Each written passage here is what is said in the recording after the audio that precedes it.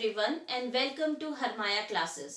आज से हम बेसिक स्टैटिस्टिक्स की सीरीज स्टार्ट करने जा रहे हैं। तो सबसे पहले व्हाट इज स्टैटिस्टिक्स? स्टैटिस्टिक्स होती क्या है? तो स्टैटिस्टिक्स वर्ड को डिराइव किया गया है लैटिन वर्ड स्टेटस या फिर इटालियन वर्ड स्टैटिस्टा या फिर Greek word statistic ending with के या फिर statistic is a German word या फिर Greek word statistic. So this is Latin, Italian, German और ग्रीक वर्ड। इन सभी शब्दों का अर्थ कहीं ना कहीं स्टेट या राज्य से रिलेटेड है। स्टेट का अर्थ है सरकार। पुराने जमाने से ही, एंशियंट टाइम से भी क्या होता था कि जितनी सिविलाइजेशंस होती थी, कल्चर्स होते थे, हर जगह स्टैटिस्टिक्स का प्रयोग उन राज्यों की सरकारों के द्वारा किया जाता था। जैसे एंशियंट इजिप्शियन कल्चर में एक बार ऐसा हुआ कि पूरी लैंड का ही सेंसस कर लिया गया। सेंसस मींस जनगणना की गई कि वहां पे कितने लोग रह रहे हैं। इसके अलावा वो मिलिट्री से रिलेटेड डेटा होता था या टैक्सेस से रिलेटेड डेटा होता था। तो इन सभी चीजों के लिए वो स्टैटिस्टिक्स का प्रयोग करते थे। अब मॉडर्न इकोनॉमिक्स में या मॉडर्न एरा में सबसे पहले स्टैटिस्टिक्स वर्ड का यूज किया है गॉटफ्रीड एकेनवॉल ने। Professor Gottfried Achenwall father of statistics के नाम से भी जाने जाते हैं, जिन्होंने 1749 में सबसे पहले स्टैटिस्टिक्स वर्ड को यूज किया था।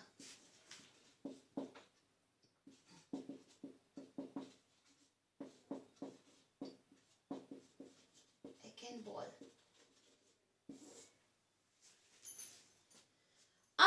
हमने ये देखा कि स्टैटिस्टिक्स तो बहुत पहले से ही यूज होती थी और मॉडर्न एरा में सबसे पहले गॉटफ्रीड एकेनवॉल ने इसका यूज किया।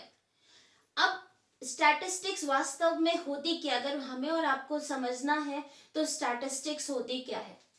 स्टैटिस्टिक्स बेसिकली होती है कि हम किसी भी एक पर्टिकुलर प्रॉब्लम से लेकर डेटा को कलेक्ट करते हैं और उस डेटा का अध्ययन करके फिर हम अपना एनालिसिस निकालते हैं और उस एनालिसिस के बेसिस पे हम कंक्लूजन्स ड्रॉ करते हैं और जो भी पॉलिसी मेकिंग वगैरह करनी होती है वो उसके बेसिस पे करते हैं। तो word statistics have been defined by several people. Some of them have defined statistics in plural sense, that is statistical data. Others have defined statistics in singular sense, that is the statistical methods.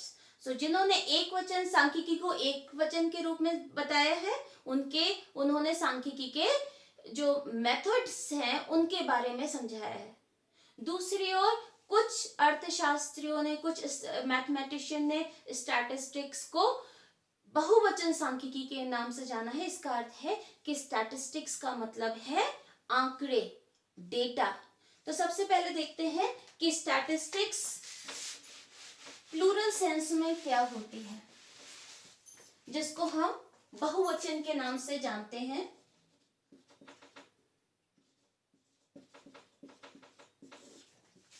Plural sense में statistics होती है quantitative data, that means मात्रात्मक data जो होते हैं वो statistics होती है। सिंपल भाषा में अगर हम कहेंगे, जिस चीज को हम नंबर्स में डिफाइन कर सके, दैट मीन्स जो न्यूमेरिकल इंफॉर्मेशन होती है वो क्वांटिटेटिव डेटा होता है। प्लूरल सेंस में उसी को हम स्टैटिस्टिक्स कहते हैं। तो इससे क्या समझ में आता है कि जो भी न्यूमेरिकल इंफॉर्मेशन होगी वही स्टैटिस्टिकल डेटा होता है। लेकिन क्या सारी न्यूमेरिकल इंफॉर्मेशन स्टैटिस्टिक्स से रिलेटेड होती है? नहीं। क्या होता है, सपोज कीजिए अगर हम बात करते हैं क्लास में एक स्टूडेंट है, हम सिर्फ उसकी बात करते हैं, एक स्टूडेंट के इकोनॉमिक्स में 80 मार्क्स आए, तो क्या है, ये अपने आप में कोई इंफॉर्मेशन तो है कि राम के 80 मार्क्स आए हैं इकोनॉमिक्स में, but this is not statistics, क्योंकि वो इंडिविजुअल डेटा है, इससे हम कोई भी चीज कोई इससे कंक्लूजन नहीं निकला। राम के 80 मार्क्स हैं, it's okay, it's good, but इससे क्या कंक्लूजन निकाल सकते हैं, इससे क्या स्टडी कर सकते हैं, ये कुछ नहीं होता है। तो इसीलिए स्टैटिस्टिकल डेटा के होने के लिए अगर कोई भी क्वांटिटेटिव इंफॉर्मेशन या फिर न्यूमेरिकल इंफॉर्मेशन अगर स्टैटिस्टिक्स है तो उसके कुछ कैरेक्टरिस्टिक्स होने आवश्यक है। तो पहला है कौन से डेटा जो स्टैटिस्टिकल डेटा के अंतर्गत आते हैं, तो पहला है aggregates of facts, that means way data जो एग्रीगेट होते हैं फैक्ट्स के, वो स्टैटिस्टिकल डेटा के अंतर्गत आते हैं। मान लीजिए अगर हम बात करते हैं राम के मार्क्स की बात की, 80 अपने आप में कुछ नहीं, लेकिन अगर हम वही एक क्लास 11th के बच्चों के मार्क्स हम टोटल मार्क्स करते हैं, उसका एवरेज निकालते हैं, तो क्या होगा, वो बहुत सारे डेटा का एक कंक्लूजन निकला हुआ है, तो ऐसी स्थिति में वो एग्रीगेट ऑफ फैक्ट्स होगा। तो स्टैटिस्टिकल डेटा का मतलब है कि बहुत सारे तथ्यों का एक समूह होता है जिसका अध्ययन किया जाता है। सेकंड है अफेक्टेड बाय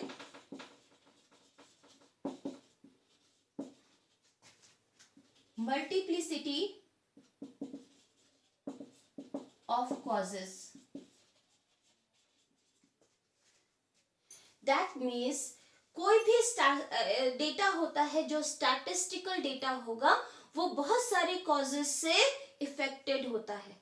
मान लीजिए अगर हम एग्रीकल्चरल प्रोडक्शन की बात करते हैं, गेहूं के प्रोडक्शन की बात करेंगे, तो गेहूं का प्रोडक्शन किस पर डिपेंड करता है, रेनफॉल पर भी डिपेंड करेगा, उसके अलावा क्लाइमेटिक कंडीशंस हो जाती है, सॉइल की क्वालिटी पर डिपेंड करेगा, तो बहुत सारी चीजें होती हैं जिस पर वो एक गेहूं का उत्पादन डिपेंड करेगा। उसी तरीके से अगर हम बात करते हैं डिमांड ऑफ अ गुड, तो डिमांड ऑफ अ गुड बहुत सारी चीजों पर निर्भर करता है, जैसे प्राइस ऑफ गुड पर, मेरी इनकम पर डिपेंड करेगा, जो लोगों की इनकम है, उसके अलावा लोगों के इंटरेस्ट पर डिपेंड करेगा, फैशन पर डिपेंड करेगा, तो बहुत सारी चीजें होती हैं, मल्टीपल कॉजेज होते हैं जो उस स्टैटिस्टिकल डेटा को अफेक्ट करते हैं, प्रभावित करते हैं। तो दूसरा कैरेक्टरिस्टिक या गुण है स्टैटिस्टिकल डेटा का कि वो बहुत सारे अन्य कारणों से, बहुत सारे अन्य कारकों से प्रभावित हो सकते हैं। इसके बाद नेक्स्ट है न्यूमेरिकली एक्सप्रेस्ड। न्यूमेरिकली एक्सप्रेस जैसे हम पहले भी डिस्कस कर चुके हैं कि वो डेटा ही स्टैटिस्टिकल डेटा होता है जिसे हम नंबर फॉर्म में, न्यूमेरिकल फॉर्म में हम उसको एक्सप्रेस कर सके। जैसे अगर हम कहेंगे कि भारत की पॉपुलेशन बहुत ज्यादा है, तो ये अपने आप में एक इंफॉर्मेशन हो सकती है, बट ये स्टैटिस्टिक्स नहीं है। क्यों? क्योंकि हम भारत की पॉपुलेशन बहुत ज्यादा है, इससे हम कोई इंफॉर्मेशन या कोई कंक्लूजन नहीं निकाल पा रहे हैं। लेकिन अगर हम उस चीज को कहते हैं कि भारत की पॉपुलेशन 135 करोड़ के आसपास है और जबकि ब्रिटेन की पॉपुलेशन 6.6 करोड़ के आसपास है, तो क्या है, इन दोनों ही चीजों को हमने न्यूमेरिकल फॉर्म में एक्सप्रेस किया है। अब इससे क्या हो जाएगा, कंपैरिजन करना आसान है कि ब्रिटेन की देखिए कितनी कम है, 6.6 करोड़ है, जबकि हमारी भारत की पॉपुलेशन 135 करोड़ है। तो इसलिए उसी चीज को न्यूमेरिकली एक्सप्रेस, जिन चीजों को हमने नंबर फॉर्म में एक्सप्रेस किया हुआ है, उन्हीं चीजों को हम स्टैटिस्टिकल डेटा कह सकते हैं। अगर हमने उसे नंबर फॉर्म में एक्सप्रेस नहीं किया है तो that is not the statistical data. इसके बाद है जो स्टैटिस्टिकल डेटा है, that can be enumerated also और it can be estimated. Enumerate means हमारे पास एग्जैक्ट नंबर जिसको हम काउंट कर सकते हैं, और एस्टिमेट होता है अनुमान लगाना, अप्रोक्सीमेट नंबर, हम एग्जैक्ट वैल्यू हमें नहीं पता होती है। अगर हम बात करते हैं कि मान लीजिए अगर हम 26 जनवरी को कितने लोग उपस्थित थे जब हमारे वहां पे परेड हो रही थी दिल्ली में, ऐसी स्थिति में हम कहेंगे लगभग 10,000 लोग या लगभग 1 लाख लोग वहां पे उपस्थित थे। लेकिन वास्तव में क्या एक एक व्यक्ति को काउंट किया गया? नहीं, हमने सिर्फ उस पॉपुलेशन को देखा कि हाँ इतने एरिया में पॉपुलेशन है, लगभग लगभग 1 लाख लोग के लगभग होंगे वहां पे, तो दैट इज एस्टिमेटेड। लेकिन अगर हम किसी फिगर को एग्जैक्टली कॉपी काउंट कर सकते हैं, मान लीजिए एक ऑफिस में काम करने वाले लोग, तो वो उस पर्टिकुलर ऑफिस में मान लीजिए 50 लोग काम कर रहे हैं, तो हम उन 50 लोगों को एग्जैक्टली काउंट करेंगे, तो वो होगा इन्यूमरेटेड। तो अगर हम किसी चीज को एग्जैक्ट डेटा लेके आ रहे हैं वो भी स्टैटिस्टिक है, और अगर किसी में हम अप्रोक्सीमेट या एस्टिमेटेड डेटा लेके आ रहे हैं वो भी स्टैटिस्टिकल डेटा के अंतर्गत आएगा। नेक्स्ट होता है कि ये किसी प्री डिटरमिन्ड कॉज के लिए या प्लान के अकॉर्डिंग स्टैटिस्टिकल डेटा को कलेक्ट किया जाता है। कलेक्टेड फॉर अ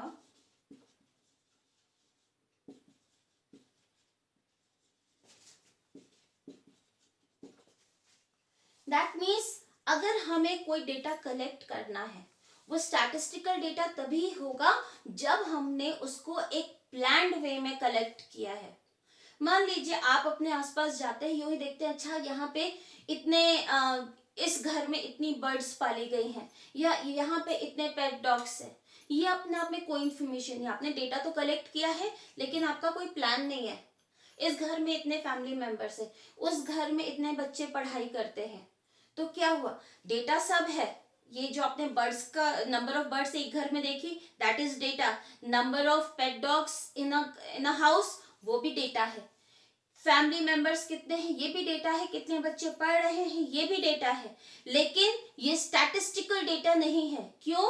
क्योंकि इसको हमने एक प्लान्ड वे में कलेक्ट नहीं किया है, ये आपस में इनका कोई भी रिलेशन नहीं है।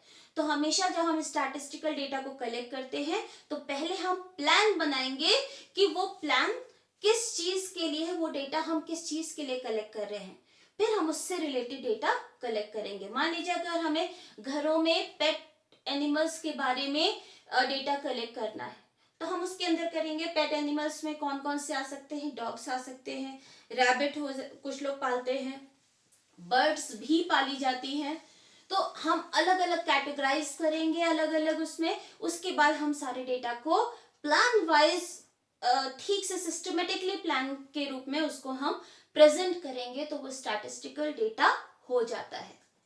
उसके बाद स्टैटिस्टिकल डेटा में in relation to, it should be presented in relation to each other.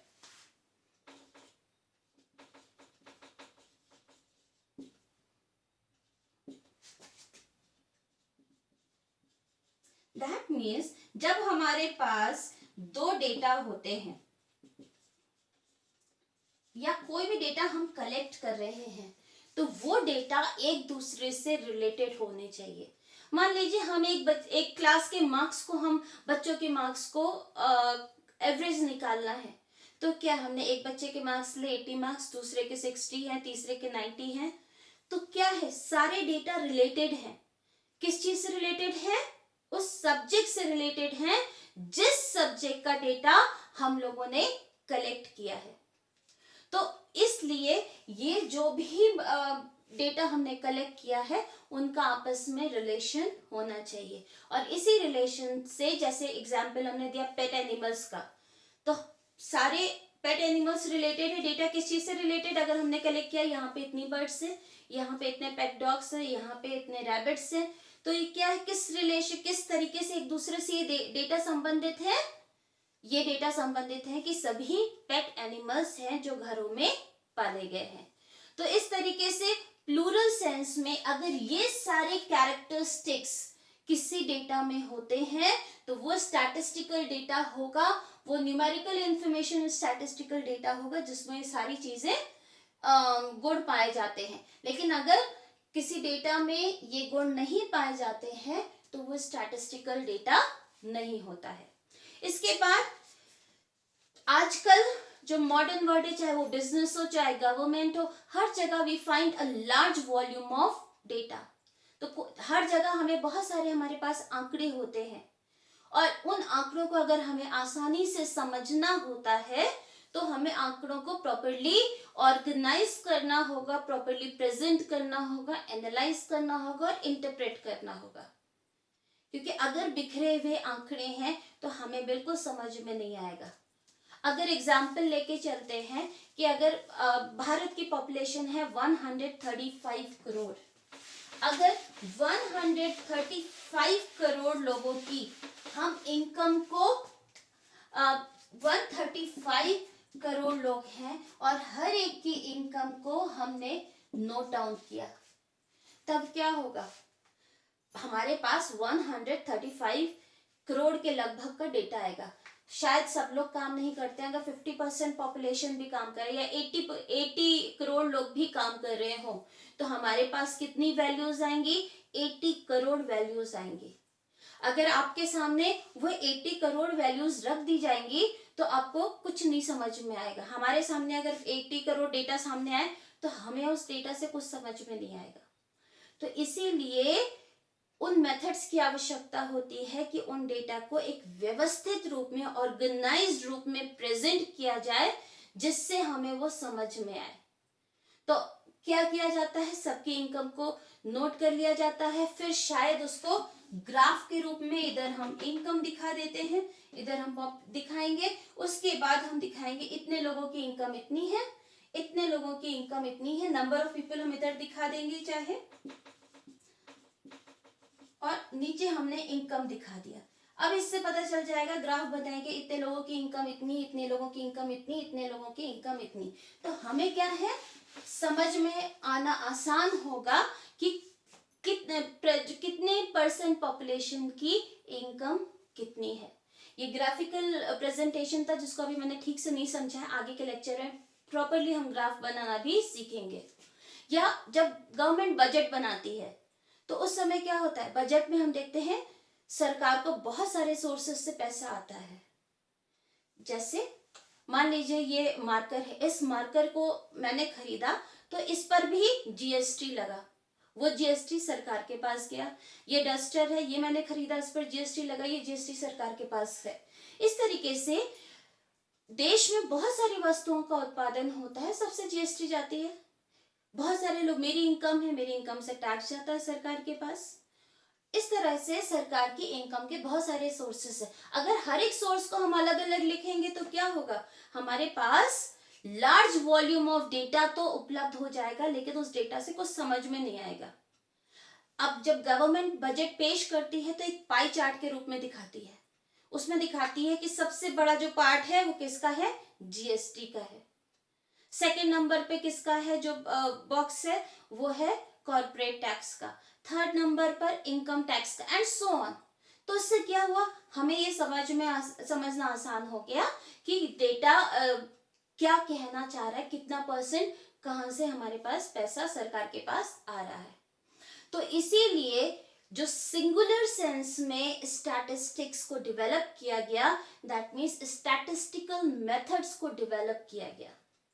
तो in singular sense, statistics can be defined as a science of collection, presentation, organization, analysis and interpretation of data.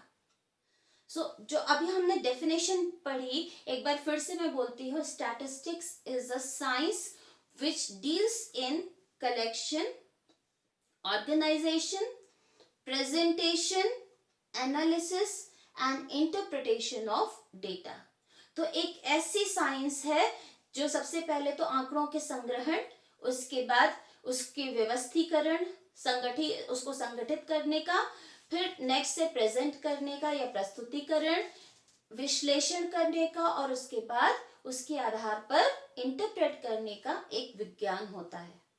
तो इस definition से हमें ये समझ में आता है कि there are 5 stages of statistics और स्टैटिस्टिकल मेथड्स। तो स्टैटिस्टिकल जो इन्वेस्टिगेशन होता है उसकी 5 स्टेजेस हैं और ये स्टेजेस फॉर्म करती है सिंगुलर स्टैटिस्टिक्स। तो सिंगुलर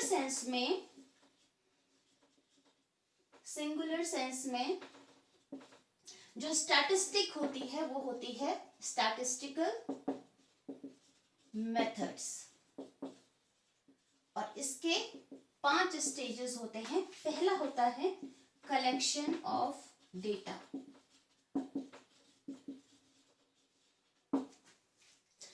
बहुत आवश्यक होता है सबसे पहले कि हम डेटा को कलेक्ट करें। अब डेटा, क्योंकि हमें अगर किसी भी चीज का अध्ययन करना, मान लीजिए हमें बेरोजगारी से रिलेटेड अध्ययन करना है कि देश में बेरोजगारी कितनी है, बेरोजगारों की संख्या कितनी है, अगर हमें बेरोजगारों की संख्या को कम करना है या देश में बेरोजगारी अनएम्प्लॉयमेंट को कम करना है तो कौन सी पॉलिसी मेकिंग करनी होगी। इन सब के लिए अगर हमें कोई पॉलिसी मेकिंग करनी है for the eradication of unemployment in the country, then we have to collect the data regarding the unemployment. तो अनएम्प्लॉयमेंट के डेटा को हमें कलेक्ट करने के लिए 2 सोर्सेज होते हैं। एक तो प्राइमरी सोर्स होता है और दूसरा होता है सेकेंडरी। सिंपल भाषा में प्राइमरी सोर्स होगा जब कोई अध्ययनकर्ता स्वयं ही डेटा को कलेक्ट करता है, लेकिन क्योंकि इसमें बहुत टाइम और बहुत मेहनत की जरूरत होती है, बहुत खर्चा भी आता है, तो यूजुअली लोग जो लार्ज स्केल पर अध्ययन नहीं करना चाहते हैं वो सेकेंडरी डेटा को भी यूज कर सकते हैं। वो डेटा सेकेंडरी होता है, द्वितीयक आंकड़े होते हैं जो पहले से ही किसी ने कलेक्ट करके रखे हो। जैसे सरकार आंकड़ों को कलेक्ट करती है, सरकार ने बेरोजगारी से रिलेटेड आंकड़े कलेक्ट किए, अब हमने उसी के बेसिस पे अपनी पॉलिसी मेकिंग कर ली, उसी के बेसिस पे अपना कंक्लूजन निकाला। या मैगजीन्स में कोई डेटा पब्लिश हुआ है, हमने उसकी स्टडी कर ली। तो सबसे पहला स्टेप होता है कलेक्शन ऑफ डेटा। और डेटा कलेक्शन का 2 विधि, एक तो प्राथमिक आंकड़े अगर हमने स्वयं ही उसको कलेक्ट किए हैं, और सेकेंडरी आंकड़े होते हैं जब कोई और किसी और के द्वारा कलेक्टेड आंकड़ों को हम यूज करते हैं। सेकेंड होता है organisation of data. That means जो आंकड़े हमारे पास है उनको व्यवस्थित करना, संगठित करना, क्योंकि कलेक्शन जब हुआ तब तो फिर बहुत सारा डेटा हमारे सामने आ गया और बहुत सारा डेटा अपने आप में कोई मीनिंग हमें शो नहीं करेगा। तो उस डेटा को से कुछ मीनिंग निकालने के लिए हमें सबसे पहले उसको संगठित या ऑर्गेनाइज करना होता है। तो जब डेटा कलेक्टेड होता है तो सबसे पहले उसकी एडिटिंग की जाती है। दैट मीन्स हमारी काम की जो चीजें हैं हमने उसको रख दिया और जो हमारे काम की चीजें नहीं है उसको हमने हटा दिया।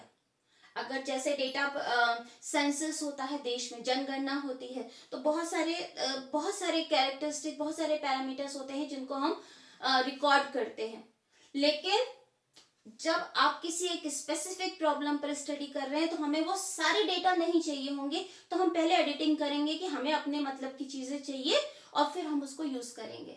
या अगर हम प्राथमिक आंकड़े भी कलेक्ट कर रहे हैं तो प्राथमिक आंकड़ों में भी हमने सर्वे, क्योंकि सर्वे कराना होता है, हम बहुत सारी चीजें लोगों से पूछते हैं लेकिन हर चीज हमारे काम की नहीं होती है, तो सबसे पहले हम एडिट करेंगे, हमारे काम की चीज है उसका हमने अलग रिकॉर्ड बना दिया, जो काम की चीजें नहीं है हमने उनको अलग कर दिया। उसके बाद उसका एडिटिंग करने के बाद उसका फिर हम क्लासिफिकेशन करते हैं, वर्गीकरण करते हैं।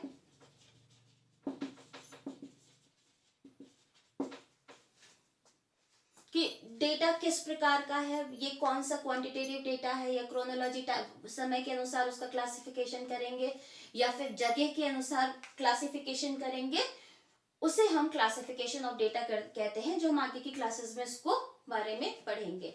नेक्स्ट होता है, हमने ऑर्गेनाइज तो कर दिया है और इसके बाद हम टेबल के रूप में इसको दिखाते भी, टेबल में जो हम फ्रीक्वेंसी टेबल बना लेते हैं जिसके बाद हमें इसको यूज करना आसान होता है।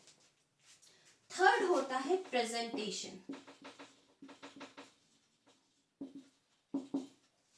अब जब हमने डेटा को कलेक्ट कर लिया है, डेटा को व्यवस्थित कर लिया है, तो उसे एक अच्छे से प्रेजेंट करना भी आवश्यक होता है, जिसके आधार पर उसका अध्ययन हम आसानी से कर सके।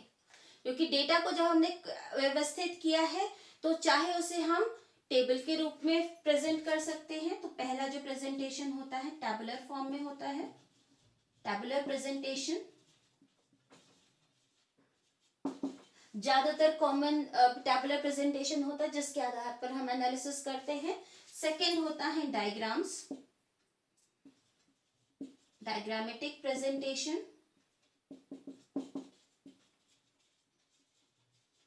इसके अंदर बार डायग्राम यूज किया जाता है या फिर पाई डायग्राम, जैसे मैंने बजट का दिया था कि गवर्नमेंट एक पाई डायग्राम बना देती है कि इतने इतने सोर्सेस से हमारे यहाँ पैसे आते हैं और यहाँ इतने इतने उसमें पैसे जाते हैं।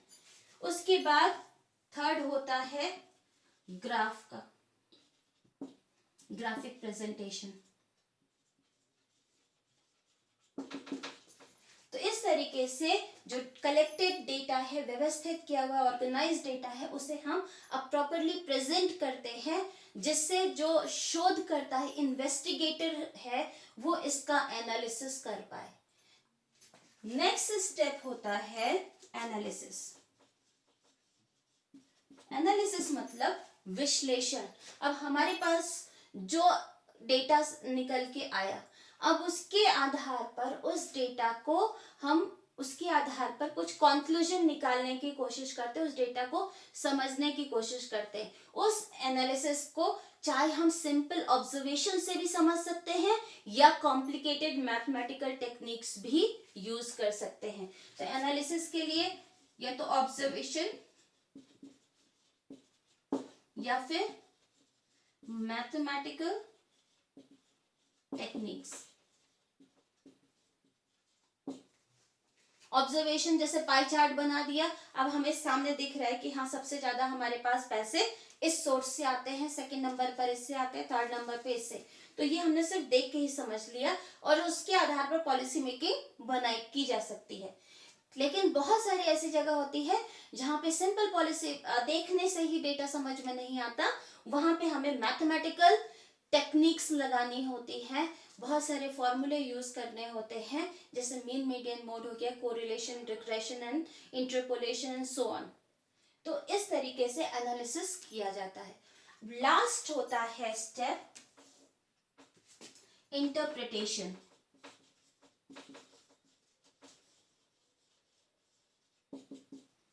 दैट मीन्स हमने जो डेटा कलेक्ट किया है और जिसका एनालिसिस किया है, अब इसके आधार पर हम कंक्लूजन्स निकालते हैं कि अगर हमें अनएम्प्लॉयमेंट से रिलेटेड, फॉर एग्जांपल एक हमने डेटा लिया, हमने देखा हमारे यहाँ बेरोजगारी 6% है।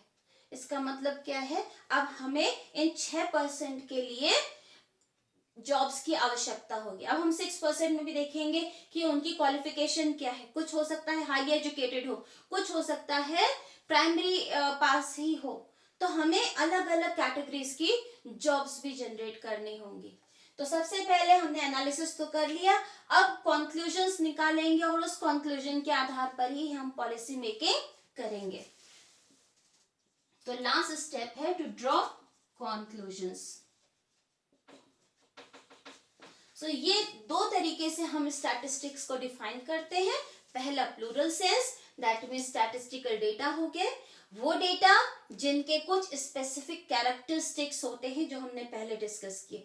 दूसरा स्टैटिस्टिकल मेथड्स, स्टैटिस्टिक्स का सिंगुलर सेंस होता है, एक वचन सांख्यिकी होता है, जिसके अंतर्गत 5 स्टेजेस होती हैं। पहला आंकड़ों का संग्रह, दूसरा आंकड़ों का संगठन, तीसरा आंकड़ों का प्रस्तुतिकरण, चौथा आंकड़ों का विश्लेषण और लास्ट में आंकड़ों का इंटरप्रिटेशन। इसके बाद हम देखते हैं स्टैटिस्टिक्स के फंक्शंस क्या हैं। दैट मीन्स स्टैटिस्टिक्स कार्य क्या करती है, फंक्शंस। तो स्टैटिस्टिक्स के कुछ स्पेसिफिक फंक्शंस होते हैं जिन्हें अब हम डिस्कस करते हैं। तो अब ये फंक्शंस हैं, ये कार्य हैं जो स्टैटिस्टिक्स या सांख्यिकी करती है। पहला है presents facts in definite term. जो भी तथ्य हैं उनको एक डेफिनेट टर्म में वो प्रेजेंट करती है।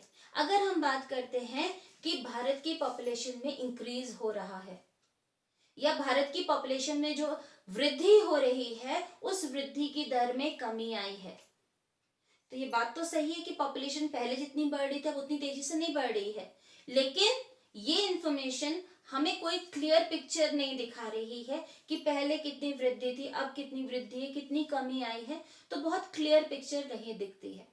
हम ये बात करते हैं कि हाँ 1980s के जो डेकेड है उस दशक में 2.2% पर एनम प्रतिवर्ष की दर प्रतिवर्ष जो 2.2 है प्रतिवर्ष पॉपुलेशन में इंक्रीज हो रहा था जब 80 के दशक पे, जबकि आज प्रतिवर्ष पॉपुलेशन जो इंक्रीज हो रहा है वो 1% हो रहा है। तो अगर हमने कहा कि पहले 2.2% पर एनम पॉपुलेशन हमारी राइज हो रही थी, अब ये जो ग्रोथ रेट है पॉपुलेशन की वो घटकर हो गई है 1% पर एनम पॉपुलेशन की ग्रोथ रेट। तो क्या है, ये एक निश्चित टर्म है जो जिससे हमें पता चलता है हाँ वास्तव में पॉपुलेशन की ग्रोथ रेट में आधे से ज्यादा की कमी आई है। नेक्स्ट है सिंप्लीफाइज मास ऑफ फिगर्स।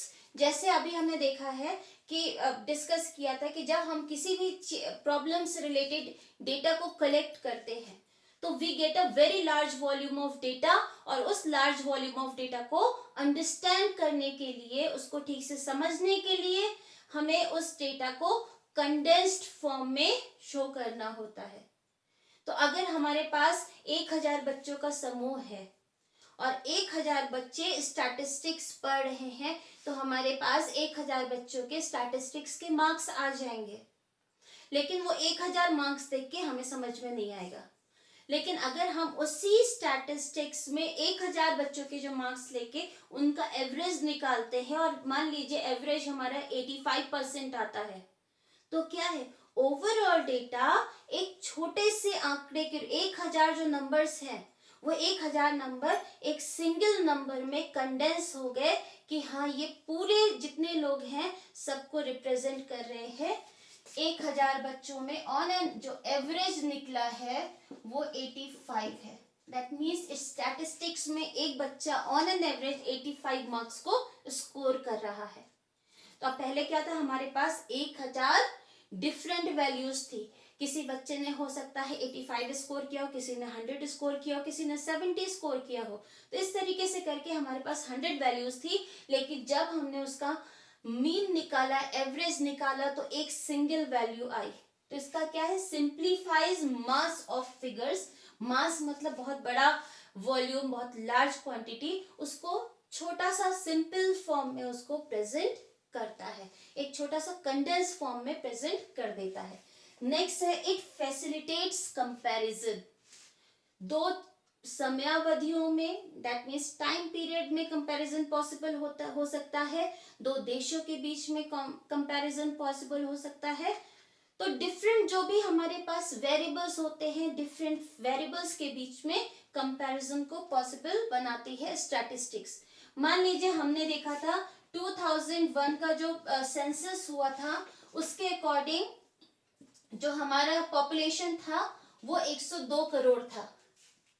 अब 2011 के सेंसस के अकॉर्डिंग हमारी जो पॉपुलेशन थी इंडिया की वो 121 करोड़ थी। तो क्या है, हमने कंपैरिजन किया कि हाँ इस समय हमारी पॉपुलेशन इतनी थी, अब इसमें ये चेंजेस हुए हैं। यह हमारी जीडीपी की ग्रोथ रेट मान लीजिए इस समय पिछला फाइनेंशियल ईयर था, जो 2019-20 का फाइनेंशियल ईयर था, वो जीडीपी की ग्रोथ रेट 4.2% थी, जबकि उससे पहले हमारी जीडीपी की ग्रोथ रेट जो है वो लगभग 6% थी। तो क्या हुआ, दो चीजों में कंपैरिजन हुआ, या दो देशों के बीच में तुलना कर सकते हैं। मान लीजिए हम बात करते हैं कि हमारी इकोनॉमी कितने की, हमारी इकोनॉमी 2.19 ट्रिलियन यूएस डॉलर की है, उसी तरीके से ग्रेट ब्रिटेन की जो इकोनॉमी है वो 2.17 यूएस ट्रिलियन डॉलर की है। दैट मीन्स हमारी जीडीपी यूके यानी कि यूनाइटेड किंगडम की जीडीपी से अधिक है। ये अलग बात है कि हमारी पॉपुलेशन ज्यादा है, उनकी पॉपुलेशन हमारे मुकाबले बहुत कम है, तो प्रति व्यक्ति आय हमारे यहाँ कम है, लेकिन जीडीपी के मामले में हम उनसे आगे हैं। तो क्या हुआ, ये जो दो तथ्य है, स्टैटिस्टिकल इंफॉर्मेशन है, इसके आधार पर हमने दो फैक्ट्स के बीच में तुलना की। नेक्स्ट है, it helps in formulating and testing hypothesis. If you want to make a theory, if you want to draw a conclusion regarding anything, then you have to formulate and then test the hypothesis. Suppose हम सबने JM Keynes का नाम सुना होगा, John Maynard Keynes. उन्होंने अपनी income, output और employment की थ्योरी बनाई थी। उसके अंतर्गत उन्होंने एक मल्टीप्लायर मॉडल शो किया था। उस मल्टीप्लायर मॉडल के अंतर्गत क्या था कि if investment increases then the national income of the country also increases, but multiple times of the initial investment. So अगर इन्वेस्टमेंट में वृद्धि होती है तो राष्ट्रीय आय में भी वृद्धि होगी, लेकिन राष्ट्रीय आय में वृद्धि कई गुना होगी। K इंटू आई के बराबर जो है हमारी Y में इंक्रीज होगा। तो इसका मतलब क्या है कि उन्होंने एक थ्योरी बनाई कि हाँ, जब निवेश बढ़ेगा तो राष्ट्रीय आय बढ़ेगी, और if investment decreases then the national income will also decline. लेकिन क्या ये हाइपोथेसिस तो उन्होंने बना ली। उन्होंने ग्रेट डिप्रेशन के समय देखा था कि when investment was increasing and national income of the countries were also decreasing, लेकिन क्या ये वास्तव में सही था? इसको प्रूफ करने के लिए उन्होंने स्टैटिस्टिकल डेटा को यूज किया।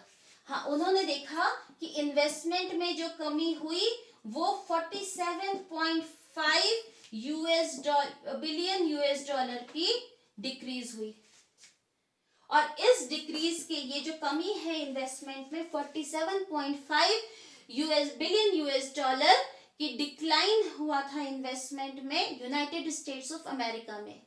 और उस समय वहां की राष्ट्रीय आय में जो कमी आई थी, वो राष्ट्रीय आय में कमी थी 93 यूएस बिलियन डॉलर। तो इससे प्रूव हुआ, एक तो उन्होंने हाइपोथेसिस बनाई उस समय की स्थिति को देख के कि हाँ, इन्वेस्टमेंट कम होने पर राष्ट्रीय आय में कमी आती है, और इस जो हाइपोथेसिस उन्होंने बनाई उसकी टेस्टिंग भी होगी।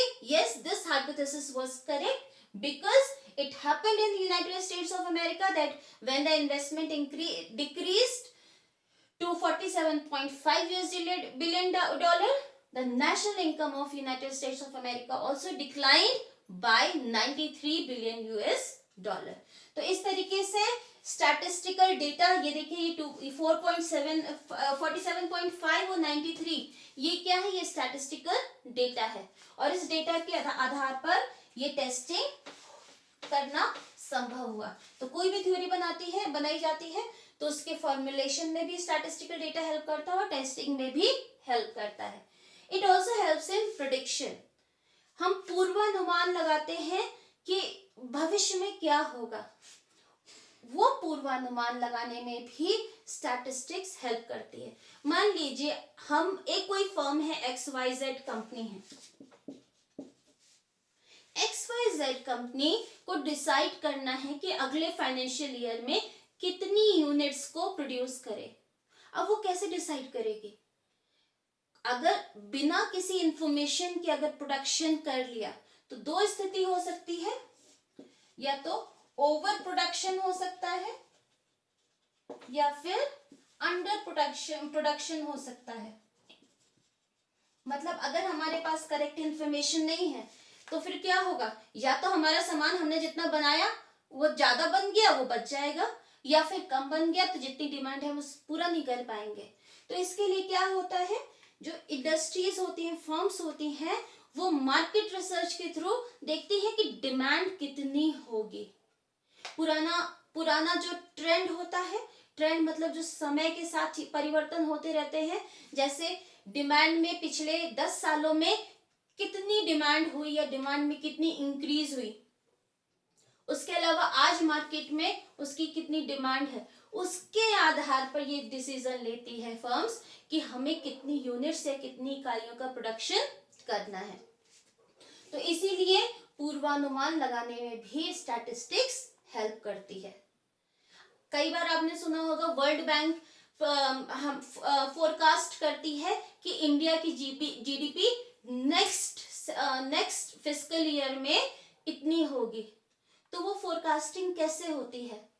वर्ल्ड बैंक के पास बहुत सारे डेटा जाते हैं हमारे देश से, इंडस्ट्रीज का डेटा जाता है, डिमांड से रिलेटेड डेटा जाता है, इनकम से रिलेटेड जाता है, पॉवर्टी, अनएम्प्लॉयमेंट, सब चीजों से रिलेटेड डेटा जाएगा।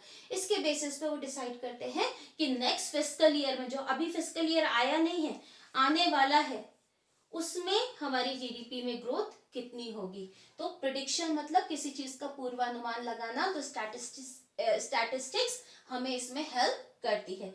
नेक्स्ट है it helps in formulation of suitable policies. सरकार नीति निर्माण करती है, उसी तरह फर्में भी अपनी फर्म्स के लिए नीति निर्माण करती हैं। तो वो नीति निर्माण करने के लिए भी स्टैटिस्टिकल एनालिसिस की आवश्यकता होती है। फॉर एग्जाम्पल, हमारे देश में अगर बेरोजगारी है तो सरकार की जिम्मेदारी क्या हो जाती है कि उन बेरोजगारों को रोजगार प्रोवाइड करा दिया जाए। अब मान लीजिए सरकार ने एक योजना चलाई है मनरेगा, बहुत कॉमन योजना है, जिसके अंतर्गत जो रजिस्टर कराते हैं उन्हें रोजगार दिया जाता है एक साल में 100 दिन का, मिनिमम 100 दिन का होता है, ज्यादा मिल जाए तो कोई बात नहीं। तो मनरेगा के अंतर्गत कितना फंड एलोकेशन करना है, कितना पैसा, अब जब सरकार बजट बनाती है तो बजट बनाते समय मनरेगा के अंतर्गत कुछ फंड को उसके नाम से अलग रख देगी। तो वो कितना फंड एलोकेट करना है मनरेगा में, ये कैसे पता चलेगा?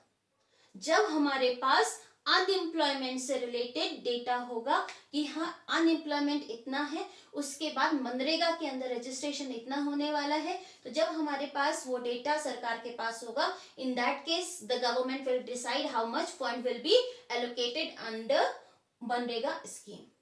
तो ये सारे फंक्शंस हैं जो स्टैटिस्टिक्स करती है, कार्य स्टैटिस्टिक्स करती है। अब हम देखते हैं स्टैटिस्टिक्स का एप्लीकेशन या यूज कहाँ कहाँ होता है। अब हम देखते हैं कि इतना स्टैटिस्टिक्स का कहाँ कहाँ एप्लीकेशन होता है, कहाँ कहाँ उसका यूज किया जाता है। सबसे पहले सरकारें, किसी भी देश की सरकार को देश चलाने के लिए, प्रॉपर एडमिनिस्ट्रेशन के लिए स्टैटिस्टिक्स की जरूरत होती है। एंशियंट टाइम में तो सिर्फ फिस्कल पॉलिसी के लिए और मिलिट्री से रिलेटेड पॉलिसी बनाने के लिए ही स्टैटिस्टिकल डेटा की जरूरत होती थी। लेकिन अब जो हमारे मॉडर्न कंट्रीज होती हैं वो वेलफेयर स्टेट हो गई हैं। दैट मीन्स ना सिर्फ देश को चलाना होता है, बल्कि देश में रहने वाले लोगों का जो कल्याण है, जो वेलफेयर है, वो भी इंक्रीज करना गवर्नमेंट की रिस्पॉन्सिबिलिटी हो जाती है। तो इसलिए ना सिर्फ देश के मिलिट्री से रिलेटेड या फिर देश के टैक्सेस से रिलेटेड डेटा चाहिए होता है, बल्कि बहुत सारी जो देश में समस्याएं हैं उससे रिलेटेड भी डेटा चाहिए होता है।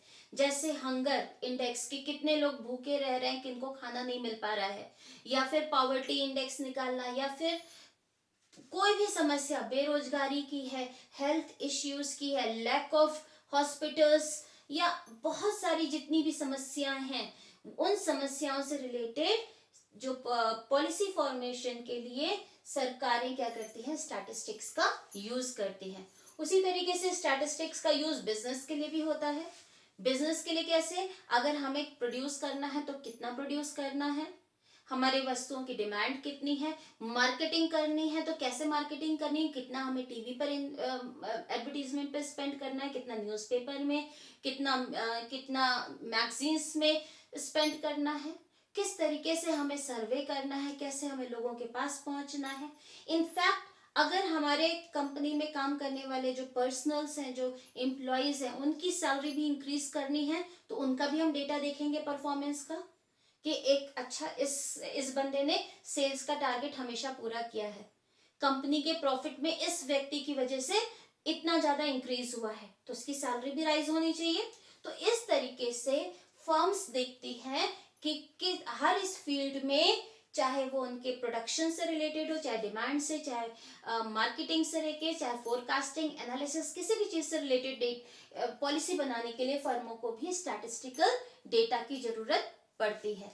नेक्स्ट है इकोनॉमिक्स। इकोनॉमिक्स में जितनी भी स्टडी होती है वो तो डेटा के बेसिस पर ही की जाती है।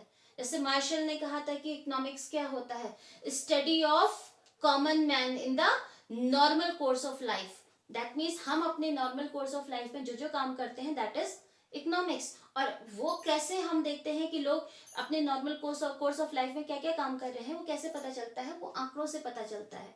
इस साल अभिजीत बनर्जी, माइकल क्रेमर और अभिजीत बनर्जी की वाइफ डुफ्लो ईस्थर को नोबेल प्राइज मिला है इकोनॉमिक्स में। तो नोबेल प्राइज जो उनका सब्जेक्ट था वो था ग्लोबल पॉवर्टी को किस प्रकार से समाप्त किया जा सकता है। उन्होंने जो अप्रोच शो की थी कि ग्लोबल पॉवर्टी एलिवेट करने के लिए जो उनकी अप्रोच थी, उस अप्रोच के लिए उनको नोबेल प्राइज 2019 में मिला है। और अभिजीत बनर्जी तो हमारे देश के ही ओरिजिन के हैं, हालांकि इस समय वो यूएस में है, फिर भी इंडियन ओरिजिन के हैं। तो ऐसी स्थिति में उन्होंने ये जो थ्योरी बनाई वो कैसे बनाई, क्योंकि उनके पास ग्लोबल पॉवर्टी यानी कि वैश्विक स्तर पर निर्धनता का डेटा था। कोई भी पॉलिसी अर्थशास्त्र में बनाई जाती है, जैसे रॉबर्ट थ्रेचर ने बनाया था कंज्यूमर बिहेवियरल इकोनॉमिक्स पर, उन्हें नोबेल प्राइज मिला था। उनके अनुसार हम अगर कैश खर्च करना चाहते हैं तो हमें वो खर्च करने में मुश्किल होती है, लेकिन अगर हम वही कार्ड से पेमेंट करते हैं, क्रेडिट कार्ड या डेबिट कार्ड, तो वो हम आसानी से पेमेंट कर सकते हैं। तो इस तरीके से उन्होंने ये थ्योरी कैसे बनाई, ये इस कंक्लूजन पे कैसे निकले, इस कंक्लूजन पे आने के लिए उन्होंने भी स्टैटिस्टिकल डेटा का अध्ययन किया। तो स्टैटिस्टिक्स किसी भी इकोनॉमिक्स में जो पॉलिसीज बनाने के लिए या इकोनॉमिक प्रॉब्लम, क्या उत्पादन किया जाए, what to produce, how to produce and for whom to produce, तो ये अगर हमें डिसाइड करना है गवर्नमेंट को, तो ये डिसाइड करने के लिए भी स्टैटिस्टिकल डेटा की जरूरत होती है। तो इकोनॉमिक्स भी बिना स्टैटिस्टिकल इंफॉर्मेशन के इनकम्प्लीट है। फिजिकल साइंसेस जैसे एस्ट्रोनॉमी हो जाती है, या कुछ हद तक फिजिक्स में, केमिस्ट्री में, तो इन सब जगह भी स्टैटिस्टिक्स का यूज किया जाता है। नेक्स्ट है नेचुरल साइंसेस। नेचुरल साइंसेस जैसे बायोलॉजी हो गई, जूलॉजी हो गई, बॉटनी हो गई, मेडिसिन हो गई, इन सब में भी स्टैटिस्टिकल डेटा का यूज होता है। अगर हमें बॉटनी में पढ़ना है, प्लांट्स पर रिसर्च करनी है, तो प्लांट्स के बारे में हम रिसर्च करने के लिए हम डेटा लेंगे कि सॉइल का कितना इफेक्ट हो रहा है, रेनफॉल का कितना इफेक्ट हो रहा है, और जितने भी फर्टिलाइजर्स वगैरह और जो भी फैक्टर्स हैं उनका कितना प्रभाव है। या मेडिसिन यानी कि दवाइयों में, ड्रग में अगर किस चीज की मेडिसिन की आवश्यकता ज्यादा है, या फिर हम नई मेडिसिन बना रहे हैं, तो उसके लिए भी जो स्टडीज की जाती है, रिसर्च की जाती है, उसका डेटा भी कलेक्ट किया जाता है कि पहले आपने मेडिसिन को बनाया, उसके बाद आपने एनिमल्स पर उस पर एक्सपेरिमेंट किए, first experiment, second experiment, third experiment, लगातार उसका डेटा कलेक्ट होगा। फिर ह्यूमन पर जो एक्सपेरिमेंट्स होते हैं, इन सब के डेटा को कलेक्ट करके फाइनली फिर वो अप्रूव की जाती है, उसके बाद वो मेडिसिन मार्केट में आती है। फाइनली किसी भी फील्ड में अगर रिसर्च एंड डेवलपमेंट करना है, किसी भी चीज में अगर रिसर्च करनी है, उसके लिए भी स्टैटिस्टिकल इंफॉर्मेशन की आवश्यकता पड़ती है। कि अगर हम देखते हैं कि क्रॉप यील्डिंग बढ़ानी है, तो उसके लिए हमें नई रिसर्च की आवश्यकता है कि किस तरीके से हम जो एग्रीकल्चरल प्रोडक्शन है उसको इंक्रीज करें, क्योंकि जैसे जैसे पॉपुलेशन बढ़ेगी वैसे वैसे हमारी रिक्वायरमेंट्स बढ़ेंगी, और जैसे जैसे रिक्वायरमेंट्स बढ़ेंगे प्रोडक्शन को भी हमें बढ़ाना, अदरवाइज डिमांड एंड सप्लाई का डिसबैलेंस हो जाएगा। इन दैट केस रिसर्च करने के लिए भी हमें डेटा की आवश्यकता पड़ती है। तो इस तरीके से जो स्टैटिस्टिक्स का यूज है वो सोसाइटी के हर एरिया में चाहिए होता है। हमें अगर अपने घर में एक छोटा सा बजट भी बनाना है तो भी हमें स्टैटिस्टिक्स चाहिए होगी। फॉर एग्जाम्पल, एक फीमेल होती है, घर में वो खाना बनाती है, तो जब राशन खरीदने जाती है तो वो किस आधार पर वो 1 महीने का राशन आता है? पिछला एक्सपीरियंस होता है कि हमारे घर में 1 महीने में इतना आटा लगता है, 1 महीने में इतनी चाय की पत्ती लगती है, इतने में इतना चीनी लगता है। तो ये इंफॉर्मेशन कहाँ से आती है?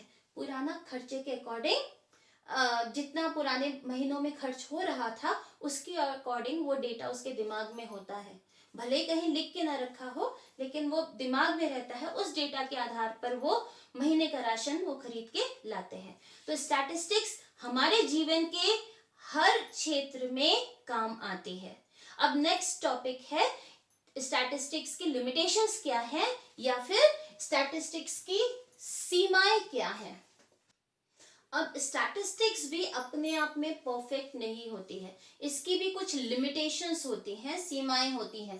पहली सीमा है it does not deal with individual measurements. एक सिंगल डेटा का स्टैटिस्टिकल स्टडी पॉसिबल नहीं होता है। जैसे फॉर एग्जांपल मैंने एग्जांपल दिया था कि एक बच्चा है, उस राम के मार्क्स 80 आए हैं स्टैटिस्टिक्स में, तो ये एक सिंगल मेजरमेंट है, इसका अपने आप में कोई भी कंक्लूजन इसके आधार पर निकालना संभव नहीं है। या फिर हम कहेंगे कि एक व्यक्ति है, उसकी इनकम है 10,000 rupees, so this is not statistics, क्योंकि यहाँ पे इंडिविजुअल डेटा है। सेकेंड है deals only with quantitative data, that means सिर्फ मात्रात्मक आंकड़ों का ही अध्ययन संभव होता है। That means anything which can be numerically expressed is the statistical data, but which cannot be expressed in the numerical terms, that is not statistics. मतलब जिस चीज को हम नंबर फॉर्म में प्रेजेंट नहीं कर सकते हैं वो चीज स्टैटिस्टिक्स नहीं होती है। जैसे क्वालिटेटिव डेटा होता है, सिंसियरिटी, ऑनेस्टी, ब्यूटी, इंटेलिजेंस, ये सारी चीजें क्या होती हैं? हमारे गुण है, क्वालिटी है। बट हम इसे स्टैटिस्टिकल, इनके आधार पर स्टैटिस्टिकल स्टडी को नहीं कर सकते हैं। हालांकि अगर हम कुछ गुणों को, कुछ कैरेक्टरिस्टिक्स को अगर हम नंबर फॉर्म में एक्सप्रेस कर सके, then it is statistics. For example intelligence है, तो हम बच्चों के इंटेलिजेंस उनके मार्क्स के अकॉर्डिंग निकाल सकते हैं कि ये बच्चे के स्कोर ज्यादा हैं सारे सब्जेक्ट्स में, ये बच्चा ज्यादा इंटेलिजेंट है, इसके कम है, ये कंपैरेटिवली कम इंटेलिजेंट है, तब हम उसे स्टैटिस्टिक्स का फॉर्म दे सकते हैं। तो स्टैटिस्टिक्स की कमी क्या है कि सिर्फ मात्रात्मक और क्वांटिटेटिव डेटा का ही स्टडी पॉसिबल है। Third is statistical data true only on an average, that means सिर्फ एक एवरेज पर ही स्टैटिस्टिकल डेटा करेक्ट हो सकता है। फॉर एग्जाम्पल, अगर मैंने एग्जाम्पल दिया था कि 1000 बच्चों के मार्क्स आए हैं स्टैटिस्टिक्स में, ऑन एन एवरेज 85 मार्क्स आए हैं, तो क्या है, ये 85 मार्क्स जो हमारी स्टैटिस्टिकल एनालिसिस के थ्रू हमने ये वैल्यू निकाली है, ये वैल्यू कंप्लीट पॉपुलेशन पे, ये सभी बच्चों पर, सारे 1000 बच्चों का के ऊपर करेक्ट नहीं है। हर एक बच्चे के 85 मार्क्स नहीं आए होंगे, किसी के 100 भी आए होंगे, किसी के 50 भी आए होंगे। तो statistical data true only on an average, ये सभी पर अप्लाई नहीं करता है, सिर्फ ये एवरेज के ही सेंस में सही है। हम इसमें क्या कहते हैं, 1000 बच्चों के मार्क्स 85 है ऑन एन एवरेज, तो ऑन एन एवरेज तो करेक्ट 85, लेकिन अगर हम पूरे उस पर बात करेंगे सभी 1000 बच्चों पे, तो ये करेक्ट नहीं है। नेक्स्ट लिमिटेशन है statistics is only one of the methods of studying a problem. Statistics is not sufficient in itself.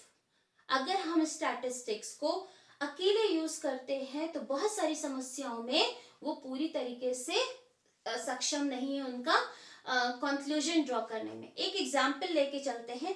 मान लीजिए एक सोसाइटी है, एक समाज है, जहां पर फीमेल लिटरेसी 9% है, फीमेल लिटरेसी 9% है। इसका मतलब क्या है, अगर 100 लड़कियां हैं उनमें से सिर्फ 9 लड़कियां ही पढ़ी लिखी हैं। ऑन द अदर हैंड, उसी सेम समाज में जो मेल लिटरेसी है वो है 90%। इसका मतलब अगर 100 लड़के हैं उसी समाज में, तो 90% बच्चे जो हैं लड़के पढ़े लिखे हैं। तो इससे हमें क्या समझ में आता है, फीमेल लिटरेसी तो कम है, लेकिन बहुत सारे और फैक्टर्स होंगे जिसकी वजह से ये जो लड़कियों की साक्षरता है वो कम है। हो सकता है उस सोसाइटी की जो कल्चर है, वहां लड़कियों को स्कूल ना भेजा जाता हो, या वहां की जो रिलीजियस बिलीफ्स हैं उनके अकॉर्डिंग लड़कियों को पढ़ाना अच्छा न माना जाता हो। तो सिर्फ अगर ये समस्या तो है, लड़कियां कम पढ़ी लिखी हैं, लेकिन इस समस्या को हम सिर्फ स्टैटिस्टिक्स के बेसिस पे नहीं सॉल्व कर सकते हैं। हमें और भी बहुत सारी चीजों को कंसिडर करना होगा और उनमें भी हमें रिफॉर्म्स लाने होंगे। जैसे उस सोसाइटी, उस समाज का सबसे पहले हमें माइंडसेट चेंज करना होगा, सिर्फ स्टैटिस्टिक्स से काम नहीं चलेगा। तो हमें इसका अध्ययन करने के लिए अपने आप में statistics is only one of the methods है, दैट मीन्स अपने आप में कंप्लीट नहीं है, बाकी सारे मेथड्स का यूज इसके साथ भी करना होगा एज अ सप्लीमेंट। नेक्स्ट है statistics can be misused. Statistics को अगर एक्सपीरियंस लोगों के द्वारा ना यूज किया गया हो, इनएक्सपीरियंस्ड लोगों ने इसको यूज किया, तो जो कंक्लूजन्स ड्रॉ होते हैं वो इनकरेक्ट हो सकते हैं। तो स्टैटिस्टिक्स का प्रयोग करने के लिए हमें स्टैटिस्टिक्स का पूर्ण ज्ञान होना आवश्यक होता है कि कैसे हम डेटा को कलेक्ट करें, कैसे हम उसको ऑर्गेनाइज करें, कैसे प्रेजेंट करें, कैसे एनालाइज करें और कैसे इंटरप्रेट करें।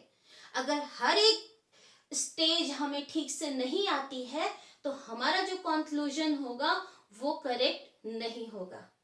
तो ये सारी लिमिटेशंस थी स्टैटिस्टिक्स की। अब आज के लेक्चर में इतना ही। नेक्स्ट क्लास में हम कलेक्शन ऑफ डेटा डिस्कस करेंगे। Thank you so much.